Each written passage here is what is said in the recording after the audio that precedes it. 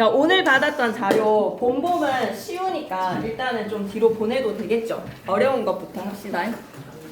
그럼 본범은 좀 뒤로 보내고 스트로크 하나 나가고 본범 지문 챙겨가세요. 그리고 뒤에 문제. 오늘 이거 집에 올라가기 전에 무조건 챙겨가셔야 됩니다. 요거 오늘 자료지. 무조건 들고 가셔서 이제 문제 풀고 질문하고 쌤이랑 같이 기숙사 들어가기 전에 만나서 질문 정리한 사람들 있거든요. 그렇게 하셔야지 맞는 건데 괜찮습니다. 이번 주라도 질문 정리하시고 오늘도 질문 정리하려고 챙겨왔으면 너무 사랑스럽지. 이만 뽀뽀인데 숙제 안 했을 것 같아. 불안함이 좀 드네. 스트로크부터 가보자. 본본 맨 뒤로 가면 이거 하나 나와야죠.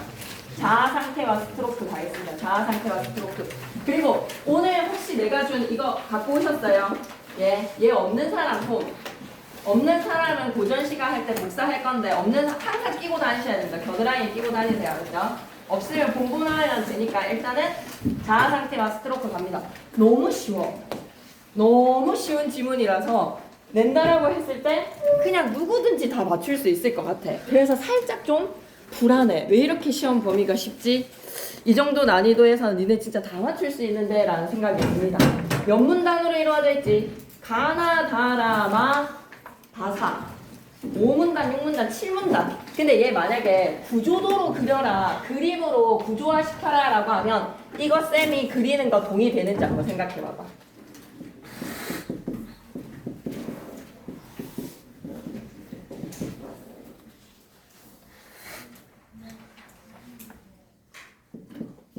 이렇게 하는 거 합격해 줄 건지 한번 생각해 봐요. 알았죠? 쌤이 생각한 구조도가 여러분도 끄덕끄덕이 되는지. 자아 상태랑 스트로크는 병렬 상태입니다. 대등한 관계에서의 병렬이고 마지막에 이 이론에 대해서 의제시하면서 마무리. 여러분들 이렇게 생각하는지 한번 봐주세요. 알았죠? 다음 문단 시작할게요. 에릭범 동그라미 한번 쳐주세요. 학자니까 상시한 교류 분석 이론. 첫 문단 첫 문장부터 이론의 이론. 작은 따옴표에 이론의 이름 나왔다라고 하면 교류 분석 이론 체크해야지. 교류 분석 이론에다가 동그라미. 얘는 심리치료 및 상담에 널리 활용이 되는 이론이다. 이론에 대한 정의, 주요 개념에 대한 정의가 나왔으니까 밑줄 겠다. 심리치료 및 상담에다가 밑줄. 교류 분석 이론이 심리를 치료를 하고 상담을 하는 이론이구나. 이 이론을 이해하기 위한 주요 개념들로는 자아 상태랑 스트로크가 있대. 자아 상태에다가 네오박스, 스트로크 네오박스. 여러분 표시하고 싶으면 뭐 하시고, 근데 쌤은 손을 가만히 놔두는 독해가 참 집중력을 흐트른다라고 생각을 하거든요. 그래서 핵심 키워드 자아 상태랑 스트로크입니다. 이렇게 글 딱 끝났다라고 생각해봐봐. 가문단으로 뒤에 이어질 내용 이어가봐봐 라고 하면 여러분 당연히 뭐부터 시작하셔야 돼요? 자아 상태에 대한 정의를 해야지. 자아 상태 모르는 사람 태반이니까 한 명도 없어. 스트로크 뭔지 모르니까 스트로크에 대한 개념 정의 내려줘야 돼. 그러면 당연히 남은 단은 무엇으로 이루어진다? 자아 상태. 자아 상태 모델은 인간의 성격을 어덜트, 페런트, 차일드야, 친드런이야 세 가지 자아 상태로 설명을 합니다. 건강하고 균형 잡힌 성격이 되려면 이런 거는 가치 정도 아니야? 이런 문장이 냄새 아니야? 세 가지 자아 상태를 모두 필요한 거, 세 가지 자아 상태 모두 필요에다가 밑줄 이런 거는 이용해야 되는 거 아니야? 정보 파악에서 건강과 균형에서는 세 가지의 성격 자아 상태가 모두 필요하다. 모두 필요에다가 밑줄 치중되면 안 돼. 세 가지의 자아 상태 모두 필요한 거야. 이때의 세모 자아 상태란 정의 내릴게. 특정 순간에 보이는 일련의 행동, 사고, 감정의 총체를 일컫는 것이므로 특정 순간마다 자아 상태는 달라질 수 있다. 또 냄새 났네. 특정 순간에다가 밑줄 자아 상태가 달라지는 거야. 어덜트에 치중이 되든지 페런츠에 치중이 되든지 차일드에 치중이 되든지 무조건 어떤 순간에 어떻게 된다고? 자아 상태가 달라지는 거야. 이 두 가지 정보는 정말 중요한 것 같습니다. 균형과 성격의 건강한 성격 되려면 세 가지 자아 상태 모두 필요하고 순간마다 자아 상태가 달라지더라. 어떤 순간에 자아 상태가 어떻게 달라지는지 그래 당연해. 예시를 들어줘야 돼. 예를 들어 보자. 밑에다 예시. 많이 사용하는 설명 방식 지금 뭐뭐에 치중되고 있지? 정의랑 예시야. 모르는 개념에 대해서 정의 내려주고 예를 들어서 설명해줘. 김군으로 갈게. 교통이 혼잡한 도로에서 주변 상황을 살피면서 차를 몰고 있어. 그때 갑자기 다른 차가 끼어든다. 뒤따르는 차가 없는 것을 얼른 확인하고 브레이크를 밟아서 충돌을 면한다. 이때 김구는 A 자아 상태에 놓여 있는 거야. A 자아 상태는 지금 여기에서 가장 현실적인 대책에다가 밑줄 객관적 합리적 자아 상태에다가 밑줄 어덜트의 자아 개념의 가장 중요한 개념 뭐다? 현실적 대책이다. 객관적 합리적 자아이다. 너무 중요하네. 현실적 대책, 객관적 합리적. 다음 단어로 갈게요. 끼어들었던 차가 사라지자 김구는 어릴 때 아버지가 했던 것처럼 저런 운전자는 운전을 못하게 해야 해 라고 말했어. 이때 김구는 피자아 상태로 바뀐 거야. 어덜트의 어른의 상태에서 피자아 상태로 피자아 상태에다가 밑줄 그으시고 피자아 상태의 개념 밑줄 끌 준비됐지? 자신 혹은 타인을 가르치려 들거나 가르치려에다가 밑줄 보살피려에다가 밑줄 이 상태가 패런트야. 어린 시절에 부모가 자신에게 했던 행동, 태도, 사고를 제일 중요한 키워드 뭘까? 내면화야. 내면화에다가 밑줄 그으시고 어린 시절 부모에다가 밑줄 어린 시절 부모의 모습을 어떻게 한다? 내면화시키는 거야. 어릴 때 무엇을 해야 하는지 가르치고 통제했던 부모의 역할을 따라하고에다가 방점 깡깡깡깡 찍어줘. 부모님의 모습 내가 배웠어. 부모님이 나한테 가르쳐 주셨던 거를 따라하고 있는 거야. 그 따라한다라고 하면 뭐다? 통제적 어버이에다가 밑줄 그시고 제일 중요한 키워드 하나 빠뜨렸어. 따라하고 앞에다가 방점 찍었으면 앞에다가 통제 밑줄 꺼줘야 돼. 통제의 모습을 따라했다. 통제적 어버이야. 따뜻하고 배려해주셨던 돌봐주셨던 부모님 그 모습처럼 남을 돌봐주는 것으로 따라하면 양육적 어버이야. 양육적 어버이에다가 밑줄 끄시고 배려 따뜻 밑줄 끌게요. 따뜻 배려 돌봐까지 밑줄 끄셔도 되겠습니다. 네, 개념이 쏟아지네요. 그죠? 그냥 개념 섞어라고 생각하시고 그냥 문제 풀어보시면 바로 느낌 와요. 오늘 문제 풀어야지 토요일날 문제 풀면 또 한 번 읽어야 되거든요. 그냥 오늘 바로 문제 푸시는 거 제일 추천합니다. 알았죠? 어덜트의 자아 상태의 특징 살펴봤네. 어덜트의 가장 개념 핵심 키워드는 현실적 대책이다. 객관적이고 합리적이다. 그리고 다음 단에서는 어릴 때 부모님이 하셨던 모습을 똑같이 가르치려거나 보살피는 자세다. 그게 바로 어버이의 자아 상태에서의 개념. 근데 부모님의 모습에서의 내면한데 그 통제의 모습을 내면화한다. 통제적 어버이. 따뜻하고 배려해 주셨던 모습을 내면화한다. 양육적 어버이. 이렇게 생각해 주세요. 잠시 후에 김구는 직장 상사와의 약속에 늦었다는 사실을 알고 당황스러워. 이때 김구는 학창 시절에 지각하여서 선생님에게 벌을 받을까 겁을 먹었던 기억이 되살아나고요. C자아 상태로 이동을 합시다. 밑줄겠다. 어디에다 밑줄 꺼야 될까? 겁을 먹었던 기억 되살아나에다가 밑줄. C자아 상태는 어릴 때 했던 것처럼 행동하거나 어릴 때 했던 것처럼 에다가 밑줄겠죠. 어릴 때 했던 것처럼의 행동 밑줄, 사고 밑줄, 감정 밑줄. 어릴 때 내가 느꼈던 행동과 사고와 감정이 바로 뭐다? C 상태야.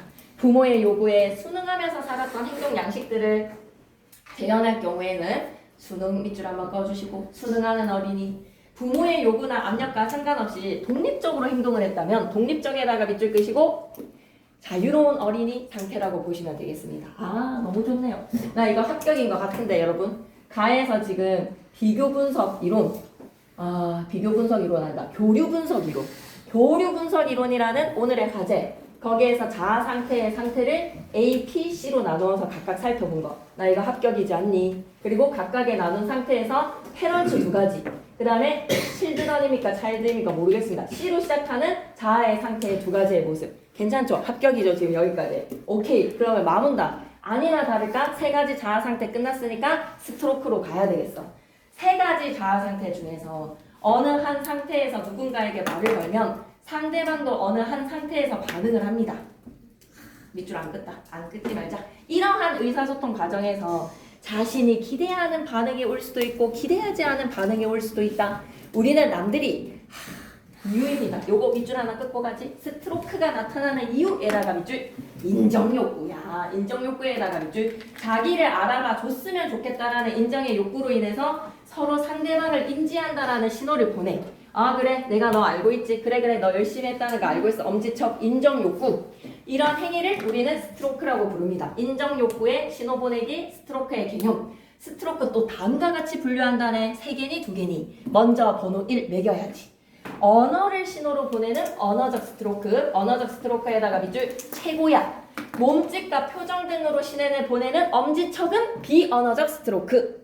그럼 이거는 언어냐 비언어냐를 기준으로 보는 언어적 스트로크랑 비언어적 스트로크. 다음으로에다가 두 번째 번호 2. 상대방을 즐겁게 하는 긍정의 스트로크, 상대방을 고통스럽게 하는 부정적 스트로크. 플러스냐 마이너스냐, 상대방을 기쁨이냐 아니면 마이너스냐로 나뉘어지는 거. 끝으로 번호 3.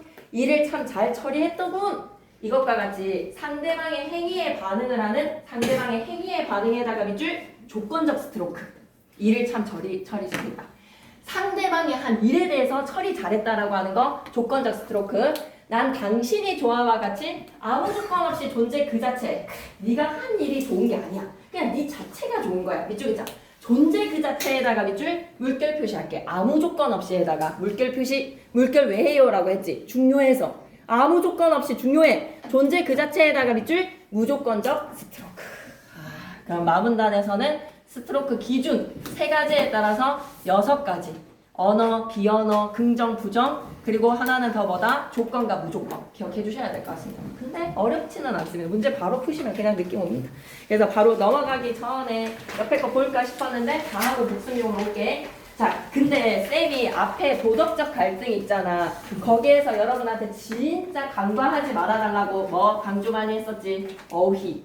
지발 진짜 어휘의 단어 뜻에 영상 안 본 사람들은 진짜 안 돼요. 알았죠? 어휘에서 어떻게 바꿔낼 수 있는지 사전적인 의미 물어보는 거 진짜 나올 수 있습니다. 상시 괜찮네. 여기에서는 총체, 수능 강화. 요 지문은 좀 그저 한데 앞에 도덕적 갈등은 어휘가 너무 좋았다. 계속 이어서 마지막 문단 다문단 갑니다.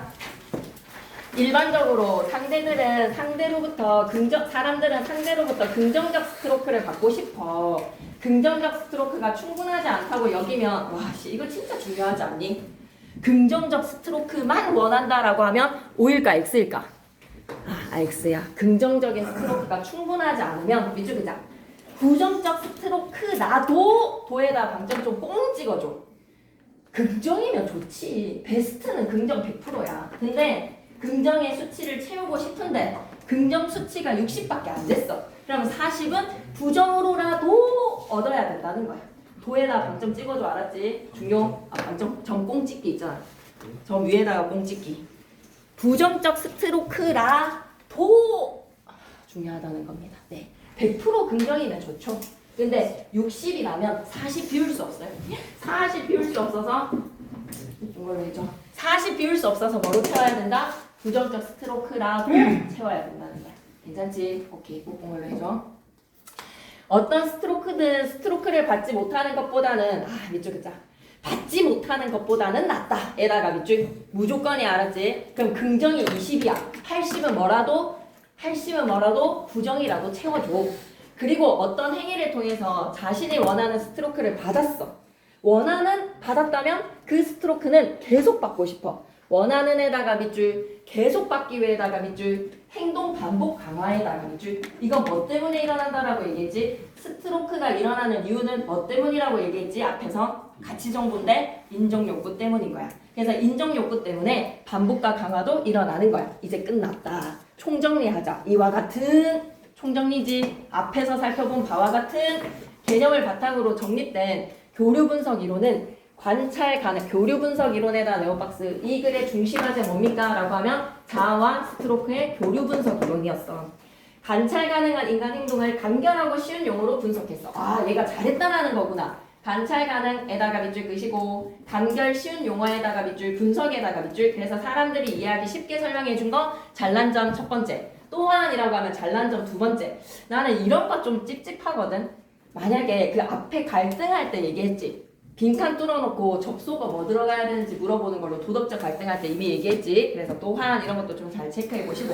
또한 나오면 잘난 점 두 번째. 과거의 경험을 통해서 인간의 성격을 파악할 수 있대. 인간의 성격 파악에다가 밑줄 끄시고 성격 파악에서 합리적이고 객관적인 판단을 하는 사람 이러면 뭐다? A의 어덜트가 강한 사람은 약간 T 성향이잖아, 그지? 그리고 뭐 따뜻하고 배려하는 그 부모님의 모습을 그대로 흉내를 낸다라고 하면 F의 페런츠의 모습의 성향 뭐 이런 거 할 수 있잖아, 그지?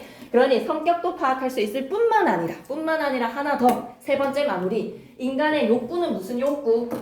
인간의 욕구에다가 밑줄 끄시고 무슨 욕구가 있다 그랬지? 인정 욕구. 그 인정 욕구랑 관련지어서 의사소통을 하는 과정까지도 분석할 수 있다니 이거 참 좋은 이론 1호세라는 걸로 의제시하면서 마무리. 나 이거 합격인 것 같은데 시험지에 있다라고 하면 이거 하나 선택하면 되지 않을까? 뭐 단답형으로 이런 거 내지는 않을 것 같은데요. 네, 이거 좀 괜찮은 것 같습니다.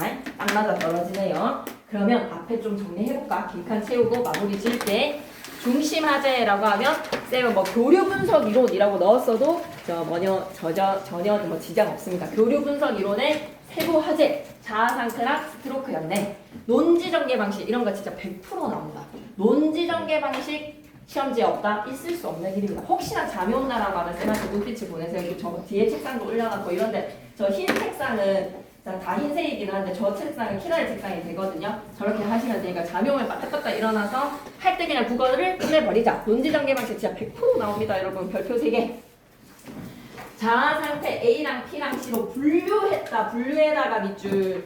각각의 상황에 따라서 어떤 자아 상태가 발현이 되는지 자아 상태가 특정 순간마다 달라진다라고 했던 것을 예를 들었다. 예시에다가 밑줄. 난 이게 제일 찝찝해. 건강과 균형 잡힌 성격은 3가지 자아 상태가 모두 필요하고, 그러니까 약간 좀 삐뚤어진 상태는 잠오나